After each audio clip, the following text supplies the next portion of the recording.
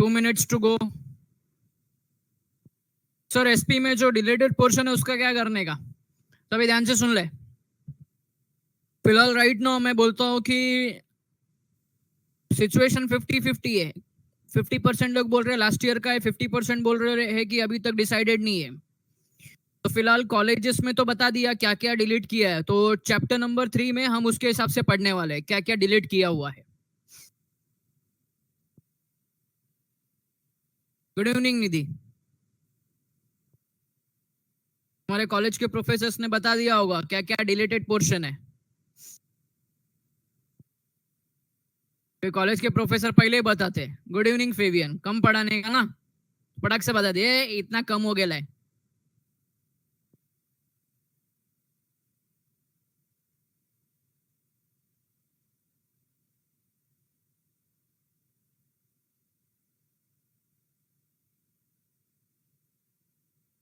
Good evening Aditi. 1 minute to go. Yes.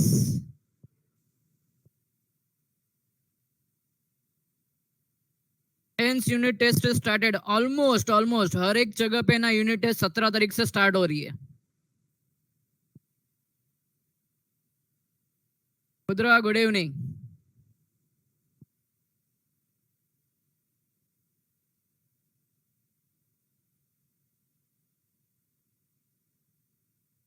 Yes almost सब जगह पे. ऑनलाइन है क्या करे, ऑफलाइन होना चाहिए. हेलो भूमिका गुड इवनिंग. क्या कर सकते हैं अभी. चलो नाइट 6 PM लेक्चर टाइम. चलो अभी अपन मस्त फटाफट लेक्चर स्टार्ट करते हैं. सो बच्चों लास्ट ईयर बोल रहा, लास्ट लेक्चर में हम लोग ने methods of issue of share start किया था, जिसके अंदर हम लोग ने सबसे पहला मेथड देखा था, the very first public offer. Very first public offer. चलो तुम बड़बड़ नहीं करेंगे, मैं जब क्वेश्चन पूछेगा तभी तुम बोलेंगे. चलो पब्लिक ऑफर. पब्लिक ऑफर में क्या था, invitation to public to subscribe shares of company through prospectus. तो पब्लिक ऑफर में क्या होता है, पब्लिक ऑफर में किसको इनविटेशन देते हैं, किसको इनविटेशन देते हैं, तो इनविटेशन टू पब्लिक. ओके. उसके बाद में हम लोग ने पढ़ा था, फर्स्ट पढ़ा था, अब इसमें भी दो मेथड है. Method a fixed price method. Fixed price method में क्या होता है, price of share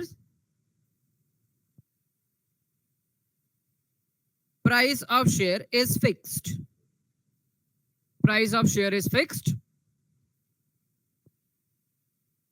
mentioned in prospectus. Simple है, मैं एकदम शॉर्ट में लिखा रहा हूं, शॉर्ट में हम लोग डिस्कस कर रहे हैं. एग्जाम में इतना शॉर्ट में लिखना मत, मार्क्स भी कम मिलेंगे. ओके. तो फिक्स प्राइस मेथड में क्या होता है, फिक्स प्राइस मेथड में बच्चों एक प्राइस फिक्स कर देते हैं जो कहां पे मेंशन होता है, प्रोस्पेक्टस में मेंशन होता है. नेक्स्ट है सेकेंड वन, इसका नाम आपको पता है, बुक बिल्डिंग मेथड.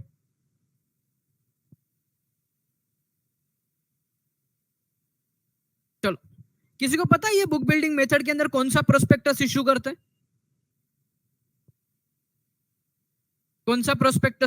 हैं, ओके क्या बात है, red herring prospectus.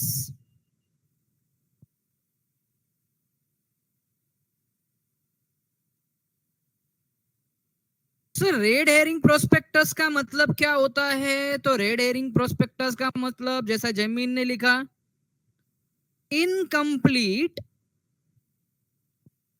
Information about quantity price.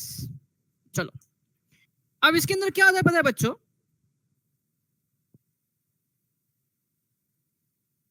Company appoints या कंपनी अपॉइंट्स, याद है कंपनी किसके थ्रू ये काम करता है? कुछ याद आ रहा है आपको? बैंकर, उसको हम लोग क्या बोलते हैं? बैंकर है, बराबर है, उसको हम लोग क्या बोलते हैं? दो नाम था वहां पे, लीड मर्चेंट बैंकर्स,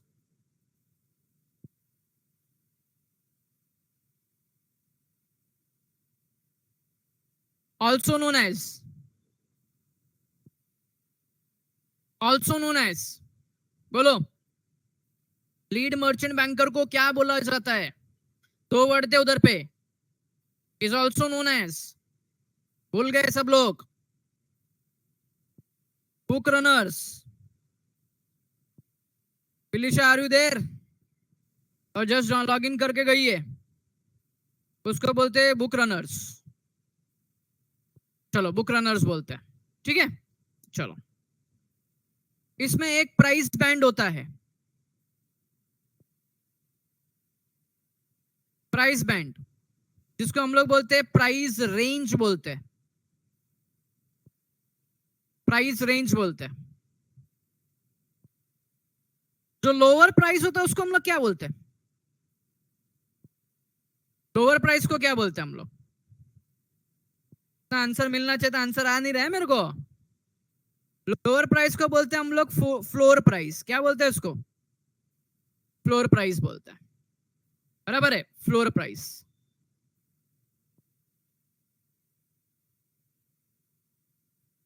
जो अपर प्राइस होता है उसको क्या बोलते हैं? क्या बात है सर? उसको बोलते हैं कैप प्राइस और सीलिंग प्राइस। ओके, चलो। एंड जो फाइनल प्राइस होता है उसको क्या बोलते हैं? Final price. फाइनल प्राइस को क्या बोलते हैं? वेरी गुड, फाइनल प्राइस को बोलते हैं cut off price. Final price को बोलते हैं हम लोग कट ऑफ प्राइस। क्या बोलते हैं? Cut off price. Final price को बोलते हैं cut off price. And cut off price के बाद में बच्चों कंपनी क्या करती है? एक वापस से प्रोस्पेक्टस इशू करती है। ओके, कंपनी क्या करती है? वापस से प्रोस्पेक्टस इशू करती है। सर, ये फाइनल प्राइस कहां से मालूम पड़ता है? तो जब बुक रनर के पास एप्लीकेशन जाता है, जिधर मैक्सिमम लोगों ने बिड किया होता है, क्या किया होता है? बिड किया होता है। देखो, एक्चुअली में बुक बिल्डिंग मेथड बोला मतलब बिडिंग मेथड होता है। कौन सा मेथड होता है? बिडिंग मेथड होता है। तो जो प्राइस आप लिख के देते हो वो आपका बिड होता है। इससे मालूम पड़ता है कि मार्केट में आपका कितना शेयर्स का भाव होना चाहिए। अब मैंने आपको बताया था कंपनी कौन सा फॉलो करती है, फिक्स प्राइस मेथड फॉलो करेगी या बुक बिल्डिंग मेथड फॉलो करेगी? Which method should be followed by the company? Book building method, not fix Jemin, book building method. Jemin एक सिंपल सी बात है, as a businessman first business में तू इंक्वायरी करेगा तेरे प्रोडक्ट का भाव कितना होना चाहिए, उसके बाद में प्रोडक्ट बेचने को निकालेगा। तो बुक बिल्डिंग मेथड में एक आइडिया आ जाता है कि प्रोडक्ट कितना बिकने वाला है या कितने प्राइस में बिकने वाला है, तो बुक बिल्डिंग मेथड। इधर पे एक और छोटा सा डिफरेंस है, फिक्स प्राइस मेथड है ना, फिक्स प्राइस मेथड, उसके अंदर पब्लिक ऑफर होने दो, एग्जिस्टिंग एम्प्लॉय होने दो, एग्जिस्टिंग इक्विटी शेयर होल्डर होने दो, सबके लिए एप्लीकेबल है। Share issue to public, existing share holder, existing employ. लेकिन बुक बिल्डिंग मेथड है ना, सिर्फ एक केस में ही आता है। कौन सा केस है? ओनली एक केस में आएगा, लास्ट लेक्चर में डिस्कस किया था। Yes, public offer. किधर आएगा? पब्लिक ऑफर में आएगा। किधर आएगा? पब्लिक ऑफर में आएगा। चलो, अभी यहां पे ध्यान दो। उसके बाद में पब्लिक को जब शेयर्स इशू करेंगे, जब पब्लिक ऑफर है, इसमें भी दो पार्ट होता है। एक होता है IPO, another one is FPO. IPO, FPO. IPO का full form initial public offer, और एफपीओ का follow up public offer, follow up या फॉलो ऑन, दोनों में से कुछ भी बोलो, पब्लिक ऑफर। तो इसका मीनिंग क्या है? आईपीओ का मीनिंग क्या? Share issued very first time, simple meaning. और फॉलो अप बोला मतलब आफ्टर आईपीओ, फॉलो अप बोला मतलब आफ्टर आईपीओ, फॉलो अप बोला मतलब आफ्टर आईपीओ, या further, follow up, follow on, जो भी बोलने का, further public offer, follow up बोलो। चलो इधर लिख देता फर्दर, ओके चलो। तो share issued very first time and after IPO public offer, ठीक है चलो। तो ये फर्स्ट लेक्चर में अपन ने इतना डिस्कस किया था। अब अपन डिस्कस करेंगे आगे के लेक्चर्स का। आज के लेक्चर में जो आगे का पॉइंट डिस्कस करने का अपने को, एक मिनट ना,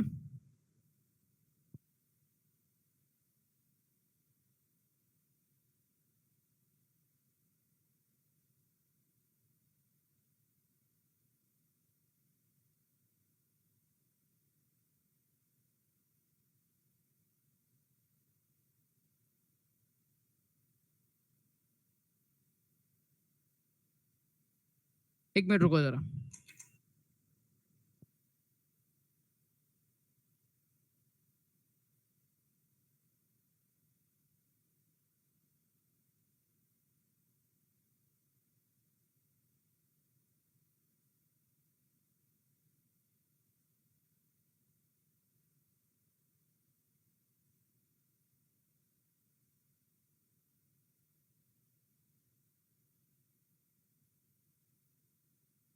चलो आगे जाते हैं हम लोग। Offering share to existing equity share holder. Existing का मतलब क्या? जो ऑलरेडी इक्विटी शेयर होल्डर है, जो ऑलरेडी इक्विटी शेयर होल्डर है। चलो meaning, raising the fund by the offering the shares, offering the shares to its existing equity shareholder, to its existing equity shareholder। इसमें दो टाइप, एक है right issue और दूसरा है bonus shares. Rights issue and bonus share, rights issue and bonus shares. अगर मैं गलत नहीं हूं तो इक्विटी शेयर्स के केस में हम लोग ने ये पढ़ ली है। अच्छा, ये दोनों में फ्री ऑफ कॉस्ट कौन सा मिलता है? एग्जिस्टिंग इक्विटी शेयर होल्डर को फ्री ऑफ कॉस्ट कौन सा मिलता है? बोनस मिलता है। ओके, ये फ्री ऑफ कॉस्ट है, वेरी गुड, ये है फ्री ऑफ कॉस्ट। और ये आता है डिस्काउंटेड रेट पे। कौन से रेट पे? डिस्काउंटेड रेट पे, ठीक है, वेरी गुड, परफेक्ट। चलो आगे बढ़ेंगे। सबसे पहले आता है राइट्स इशू। पहला point, when a company wants to raise a further capital, ध्यान दो, further capital, it can issue shares to its existing equity shareholder in proportion to their existing shareholding। याद करो, जब हम लोग पढ़ रहे थे तभी मैंने तुमको बताया, suppose equity share holder has 5 shares, तो कंपनी बोलेगी राइट इशू कितना? 2, मतलब रेशियो क्या हो गया? 5:2। मतलब जिसके पास 5 शेयर्स है उन लोगों को कितना मिलेगा? 2 मिलेगा। कितना मिलेगा? 2 मिलेगा। तो इन प्रपोर्शन, कैसा? In proportion. So company issues their further capital, or they want to raise further capital, issue shares to the existing equity shareholder in proportion। proportion बोला मतलब simple meaning ratio। next, such issue of share is called as rights issue। क्या बोलेंगे? rights issue। next, whenever a company makes a further issue of shares, the existing equity shareholder have preemptive rights। सिर्फ preemptive rights क्या? तो इधर मैं लिख देता हूं, first option to buy, first option to buy. मतलब जब भी, फॉर एग्जांपल, कंपनी जब भी नया शेयर कैपिटल इशू करने जाएगी, कंपनी क्या करेगी? पहला ऑप्शन अपने एग्जिस्टिंग शेयर होल्डर को देगी। एग्जिस्टिंग शेयर होल्डर को पहला बोलेगी तुम, यस प्रायोरिटी बराबर है, एग्जिस्टिंग शेयर होल्डर को बोलेगी, इक्विटी शेयर होल्डर को, कि भाई हम शेयर बेचने जा रहे हैं, तुमको खरीदने का तो तुम खरीदो।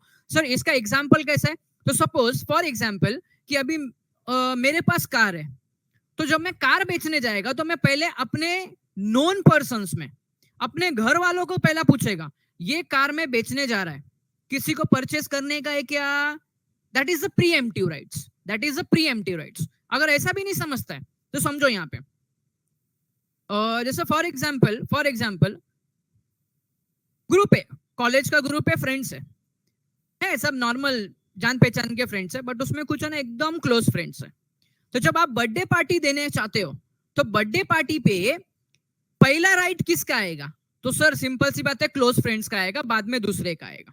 एग्जांपल दे रहा हूं, छोटा सा एग्जांपल। सर पहला क्लोज वंस का आएगा, बाद में दूसरे का राइट्स आएगा। ठीक है, या तो सपोज मेरे पास है ना चॉकलेट्स है, तो सबसे पहला चॉकलेट्स में मेरे क्लोज फ्रेंड को ऑफर करेगा। अगर मेरा क्लोज फ्रेंड मना करता है तो मैं किसी और को ऑफर करेगा। अभी इसमें से कुछ लोग होंगे सर काय के लिए हम थोड़ी ऑफर करेंगे। एक छोटा सा एग्जांपल लिया मैंने, एक छोटा सा एग्जांपल लिया। तो first rights given to existing equity share holder. Existing equity share holder को बोलेंगे देखो भाई हम शेयर बेचने जा रहे हैं, अगर तुमको परचेस करने का ठीक है, अगर नहीं किया तो आगे देखते हैं। ओके, तो प्रीएम्प्टिव राइट्स मतलब first option to buy, first option to bye.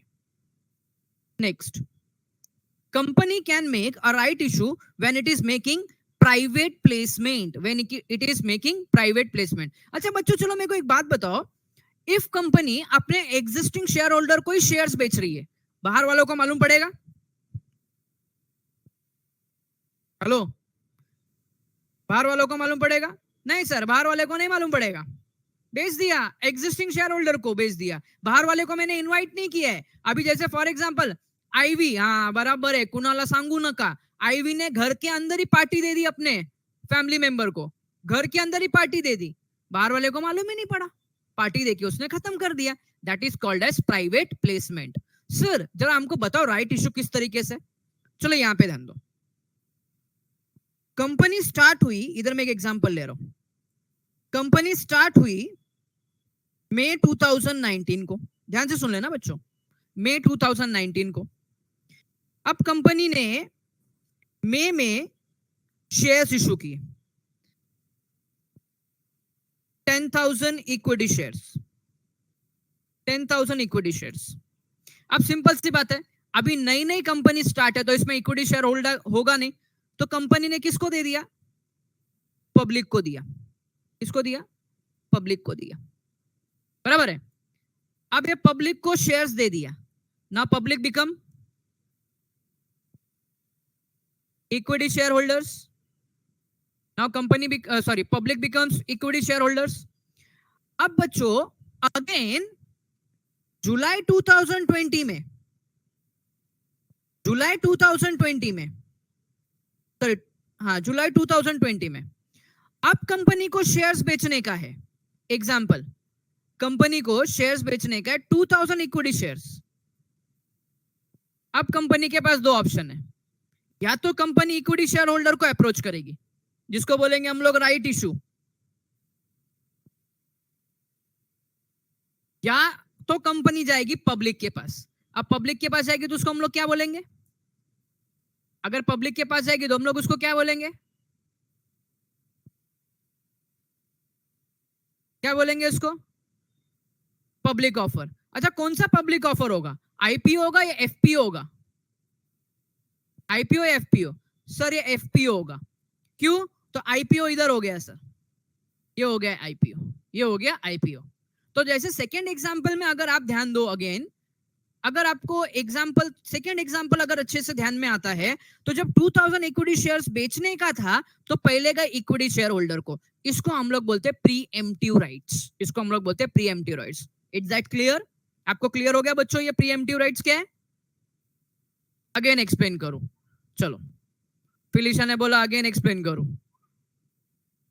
ध्यान दो इधर पे, जिनको नहीं समझा वापस से ध्यान दो। कंपनी स्टार्ट हुई मई 2019 में, कंपनी को फंड की जरूरत पड़ी तो कंपनी ने 10,000 शेयर्स इशू कर दिया, किसको? पब्लिक को इशू कर दी। अब पब्लिक को इशू कर दी तो ना पब्लिक कौन हो गई? Equity share holder.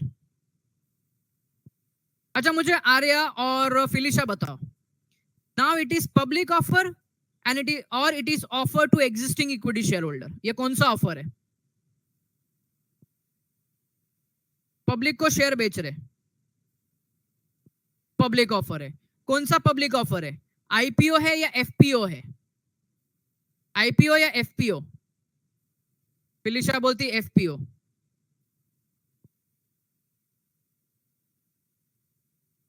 फिलिशा, एफपीओ का मतलब क्या होता है बेटा? फर्दर होता है ना, फर्दर। फर्दर, आर्या ने भी वही बोला, फर्दर होता है ना। अरे इधर फर्दर में पहले कुछ तो होना चाहिए। कंपनी तो पहली बार शेयर इशू कर रही है मई 2019 में, तो how it is further? How it is further? देखो यही तो केस स्टडी में आता है। It is IPO, it is IPO, it is initial IPO. Okay चलो, ये हो गया आईपीओ। अब आगे जाते हैं। वापस से कंपनी ने जून 2020 में, जून 2020 में कंपनी बोलता है मेरे को अभी 2000 इक्विटी शेयर्स निकालने का है। कितना? 2000 equity shares. Now company first will approach equity share holder. Company किसको अप्रोच करेगी? Equity share holder. एक कंपनी, देखो अभी ये इक्विटी शेयर होल्डर एग्जिस्टिंग है, अब इनको ऑफर कर रही है, तो इसको हम लोग बोलेंगे राइट इशू। क्या बोलेंगे इसको हम लोग? राइट इशू बोलेंगे। और एल्स कंपनी क्या करेगी? पब्लिक के पास जाएगी। कंपनी पब्लिक के पास जाएगी, तो इसको हम लोग क्या बोलेंगे? FPO, further public offer. देखो आईपीओ तो ऑलरेडी हो गया, अब दूसरी बार पब्लिक को इशू करने जाएंगे, तो इसको हम लोग क्या बोलेंगे? एफपीओ बोलेंगे। क्या बोलेंगे? एफपीओ बोलेंगे। तो सेकेंड टाइम जब जा रहे, सेकेंड टाइम जब जा रहे, तब दो ऑप्शन है, या तो एग्जिस्टिंग इक्विटी शेयर होल्डर को बोलो तुम खरीद लो, तुम खरीदोगे तो उसको बोलेंगे राइट इशू, या तो पब्लिक को बोलेंगे तुम खरीदो, तो उसको बोलेंगे एफपीओ। अभी क्लियर हुआ आर्या एंड फिलिशा? आर्या एंड फिलिशा अभी क्लियर हुआ आपको? ओके ठीक है, चलो नाउ नेक्स्ट। अब आता है प्रोविजंस। चलो प्रोविजंस, सबसे पहला, right shares are sold to the existing share holders at a price which is lesser than its market price, which is lesser than its market price। Simple सी बात है, simple सी बात है कि हम लोग को ज्यादा कुछ प्रॉफिट कमाने का नहीं अपनों से, अपने को शेयर मिलना चाहिए, इतना ही ठीक है। Next, a company has send letter of offer to the existing share holder at the time of issuing right shares. अब तुम बोलेंगे सर जब शेयर्स के लिए हम लोग इनवाइट करते तब हम लोग क्या देते? प्रोस्पेक्टस। लेकिन बेटा जो प्रोस्पेक्टस होता है वो प्रोस्पेक्टस पब्लिक के पास जाता है, वो पब्लिक के केस में। तो सर अभी तो हम लोग पब्लिक को दे नहीं रहे, तो इसके केस में हम लोग भेजेंगे लेटर ऑफ ऑफर। ध्यान देना, आगे एक और वर्ड आएगा, ऑफर लेटर वर्ड आएगा, लेकिन फिलहाल अभी ध्यान रखो, पब्लिक को दिया प्रोस्पेक्टस, पब्लिक को दिया प्रोस्पेक्टस, पब्लिक को इनवाइट किया prospectus, existing equity share holder को किया तो लेटर ऑफ ऑफर। क्या बोलेंगे? Letter of offer. Next, the letter of offer shall mention the number of shares offered, the period of offer, that is offer is valid for a period not less than 15 days and not existing 30 days from the date of offer, from the date of offer। Okay मतलब sir इसका मतलब क्या? Suppose मैंने invite किया, मैंने offer किया, किसको offer किया? किसको ऑफर किया? देखो यहाँ पे मैं इनवाइट नहीं कर रहा है, यहाँ पे मैं एग्जिस्टिंग शेयर होल्डर को ऑफर दे रहा है, इनवाइट नहीं कर रहा है, उनको ऑफर दे रहा है। खरीदने का है ठीक है, नहीं तो मैं पब्लिक को ऑफर करेगा या पब्लिक को मैं इनवाइट करेगा। ओके तो जब मैंने ऑफर लेटर भेजा तो कम से कम 15 दिन का टाइम देने का, minimum 15 days and maximum 30 days, minimum 15 days and maximum 30 days, minimum 15 दिन सोचने का टाइम देने का एंड मैक्सिमम 30 डेज का टाइम देने का। The right to renounce, that is share holder have a right to give up their share, give up मतलब किसी और के नाम पे देने का, in the favour of any other person. Sir example दो इसका। फॉर एग्जांपल रिलायंस लिमिटेड में मैं भी शेयर होल्डर है, रिलायंस लिमिटेड में जेमिन भी शेयर होल्डर है, ध्यान से सुन लेना, जेमिन भी शेयर होल्डर है। अब मेरे को राइट शेयर्स का ऑफर आया तो मैंने क्या किया पता है? मैंने अपने शेयर्स को ट्रांसफर किसके नाम पे कर दिया? किसके फेयर में कर दिया? जेमिन के फेयर में कर दिया। तो हियर राइट टू रिनाउंस है। राइट टू रिनाउंस मतलब किसी और के फेवर में अपना शेयर्स गिव अप कर देने का, सेक्रीफाइस कर देने का। भाई अभी तू लेके जा, मेरे को नीचे तू खरीद ले। ओके तो तीन चीज मेंशन होता है। क्या क्या होता है? नंबर ऑफ शेयर्स, क्या होता है? Number of shares. Second, period of the offer, period of the offer minimum 15 days. इसका इंटरप्रिटेशन क्या होता है? Minimum 15 days, maximum 30 days, minimum 15 days, maximum 30 days. ये डेट के बीच में उन लोग कोई भी डील डिक्लेयर कर सकते, इतने दिन के अंदर आपको क्या करने का है, ये ऑफर एक्सेप्ट करने का है। नेक्स्ट है राइट टू रिनाउंस। रिनाउंस मतलब अपना शेयर किसी और के फेवर में, किसी और के फेवर में क्या करने का, ट्रांसफर करने का, किसी और के फेवर में ट्रांसफर करने का। The letter of offer can be sent by registered post, speed post, courier or through electronic mode. As a SP student तुमको तो पता है लेटर कोई भी मोड से भेज सकते हैं, आपने तो नोटिस पढ़ा होगा। नेक्स्ट, ये सबसे मेन वाला है, सबसे बेस्ट है। If a share holder does not respond to the right issue offer with in the stipulated time. Stipulated time बोला मतलब गिवन टाइम आप बोल सकते हो, फिक्स टाइम बोल सकते हो, आप इसको बोल सकते हो मेंशन इन लेटर, कुछ भी बोल सकते हो आप। Stipulated time, fix time, okay. चलो, it is implied that he is not interested in the offer and the company can offer the unsold shares to the new investor. New investor बोला मतलब public. चलो sir इसका example दो। तो इसका example ऐसा है, मैंने मेरे शेयर होल्डर को ऑफर दिया परचेस करने के लिए 15